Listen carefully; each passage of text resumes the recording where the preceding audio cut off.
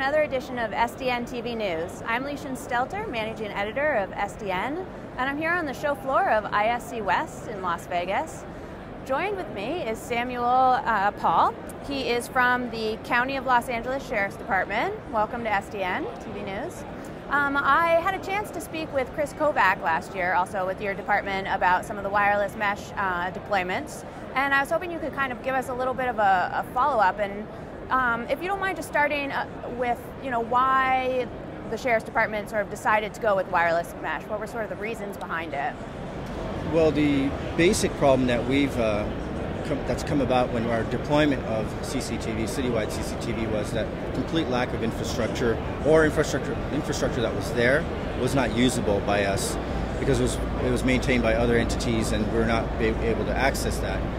So the only other logical solution that we saw for the cost was wireless systems that had already been deployed in other cities that we had kind of investigated already and heard of. So through our research, we saw these other systems out there and saw that if there was no infrastructure that was available, wireless was the best second option, and provided us with what we needed. We were talking earlier, and you said that since you guys have put this deployment in, which has been a couple years now, yes, approximately 2 years, that it's really just expanded almost beyond your expectations. Right. What's basically happened is the success of the system has been been infectious, if you will. Other cities have seen it. Some of our other areas have also benefited from it. What happens is that we originally had a fixed phase deployment strategy, but it's just exceeded that because of the success of the system. So we've basically kind of outgrown our own limited target, if you will, of our deployment, and basically just started to move ahead with it and basically keep moving. I think it's more of a living project, if you will.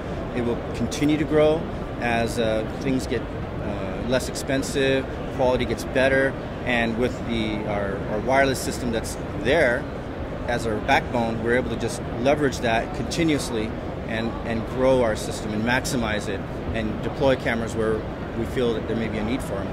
And have you found that really your growth is in the expansion of cameras? I mean, have you been adding? Yes, we've added one more site recently. It was finished in approximately, I think it was November or so. It was finished, and yeah, we added that site. We're looking to add augment another site with several more cameras. So it's just the great thing is that with the wireless, we're not limited to having to have a hard point or a physical location. We can expand and grow as we see fit with the areas that need the cameras to be able to help us out and help the citizens out with controlling crime and providing the evidence and stuff that we need.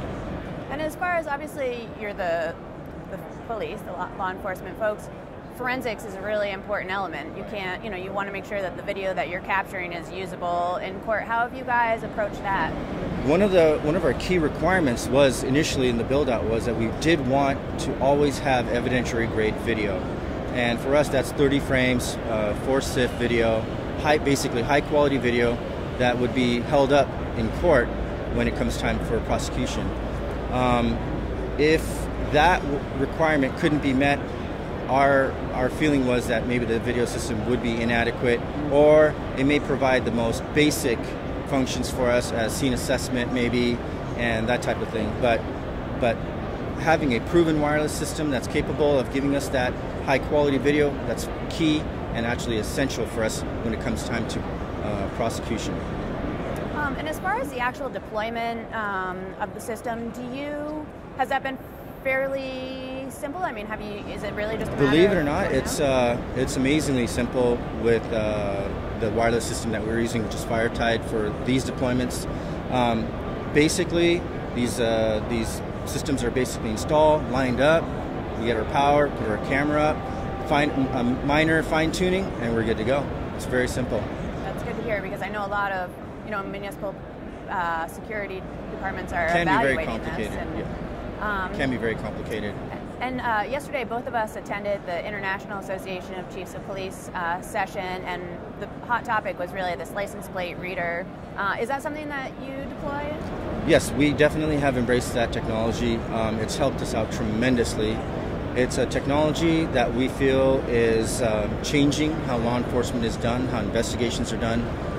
We have a full complement of vehicles where the systems are mounted. We also have these cameras mounted on certain intersections to help us identify stolen vehicles, wanted vehicles, other felony type of wanted vehicles, Amber Alerts. Sometimes we have an abduction of a child in the process. We're able to immediately enter that vehicle, license plate into the system, and now these cameras are going to alert us immediately, within usually 1 or 2 seconds, alert us both in the car and at the station if this vehicle passes through any of these areas. So we're able to help, in high risk situations like that where time is critical. We can actually make our apprehension of whoever it is that we need to. The system is very helpful in cases where we are just don't have any other leads. It's very helpful for us in that fashion. I mean, it sounds like it's really a policing resource. It really has helped the average, cop on the street. It really does. It's a tool that can be used from the top to the bottom. That's the best part about it, and the fact that it's a tool that can be used in multiple different ways for border protection, infrastructure protection, stolen vehicle recoveries, things like that. It has a wide range of uses. So it's not just getting the stolen vehicles. It's finding that Amber Alert vehicle, the felony wanted person. All these other aspects of it are huge. So those are, obviously two pretty big technologies, pretty new, developing. Are there other technologies that you're, sort of have your eye on as far as things you'd like to kind of integrate in the future? We do also integrate or have a technology called ShotSpotter that we use. We've had pretty good success with that. We're looking to expand that possibly. There are several other things that we've come to this convention to look at, and there's some pretty interesting things. We really haven't made a decision on which way we're going to go. And yeah, I think there's a lot of really interesting technologies that can, increase your capabilities as a law enforcement agency by, people always say force multiplier is really, what these technologies are. We did also look at mobile fingerprint scanning. So that's one that we're using. It's not managed by us, but it is managed from within our department in our Records and Identification Bureau. And they manage basically a mobile fingerprinting device that's handed out to the officers. We've had wild success with that as well. Because a lot of times criminals may not have identification on them, and this is a way to identify them. They will either purposefully not have identification so that they could basically not tell you the truth as to who they are, and then it's a big guessing game for everybody. And then with this device, it's basically a moot point at that point, because it's just, okay, if you don't have any identification, you don't even really need to even tell me who you are. We'll go ahead and just find out. Well, interesting. It'll be interesting to maybe follow up with you guys next year and see how far this process has gone. Thank you so much for sitting down with me. I appreciate it. Thank you. This is another episode of SDN TV News.